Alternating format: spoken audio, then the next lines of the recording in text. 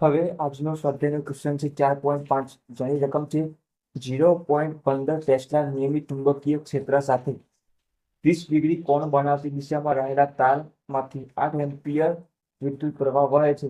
આ તાર પર એકમ લંબાઈ દીઠ લાગતા ચુંબકીય બળનું મૂલ્ય કેટલું હશે? એકમ લંબાઈ દીઠ લાગતું ચુંબકીય બળ. તો આપણે જે ડેટા આપેલો છે સૌથી પહેલા લખી લેવાનું હોય છે. અહીંયા શું કરવાનું હોય છે? ડેટા લખો. ચુંબકીય બળનું ચુંબકીય ક્ષેત્રનું મૂલ્ય કેટલું આપેલું છે? 0.15 ટેસ્લા. ત્યાર પછી થીટાનું થીટા બરાબર 30 ડિગ્રી આપેલું છે. વિદ્યુત પ્રવાહ I is equal to 8 ampere આપેલું છે. ત્યાર પછી બીજું શું આપેલું છે? વિદ્યુત પ્રવાહ 8 એમ્પિયર પછી લંબાઈ આપેલી છે એકમ લંબાઈ દીઠ.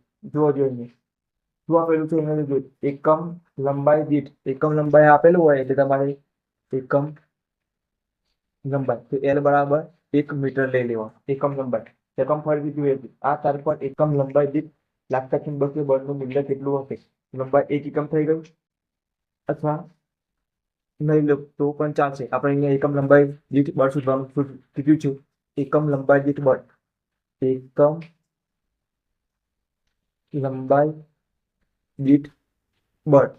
તો એને જે લંબાઈ નીચે આવે એકમ એટલે અને બળ ઉપર આવે, તો આ તમારે શોધવાનું છે. આ થઈ ગયું. હવે ચુંબકીય બળનું મૂલ્ય આપણે જોઈ ગયા છે. સૂત્ર ચુંબકીય બળનું મૂલ્ય શોધવાનું સૂત્ર B sine theta. F is equal to શું યાદ રાખવાનું હતું? F is equal to BIL sine theta. આપણે શું જોયું? એકમ લંબાઈ દીઠ બળ.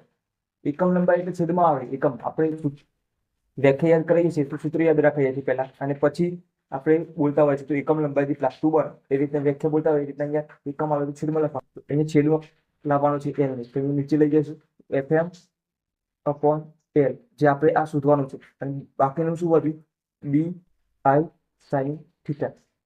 હવે ફક્ત કિંમત મૂકવાની છે. બીની જગ્યાએ 0.15 0.15 આની જગ્યાએ કેટલા છે? 8 એમ્પિયર.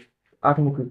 હવે સાઇન થીટાની જગ્યાએ સાઇન 30 નું મૂલ્ય કેટલું થશે? સાઇન 30 ની કિંમત 1/2 થશે. તો યાદ રાખવાનું 0.15 ગુણ્યા 8 સાઇન 30 ની કિંમત 1/2. આ 1/2 થઈ ગઈ. હવે 2 4 8 અહીંયા ગુણાકાર કરી દેવાનો. 0.15 ગુણ્યા 0.15 ગુણ્યા 4 તો 0.6 જવાબ આવે. 0.15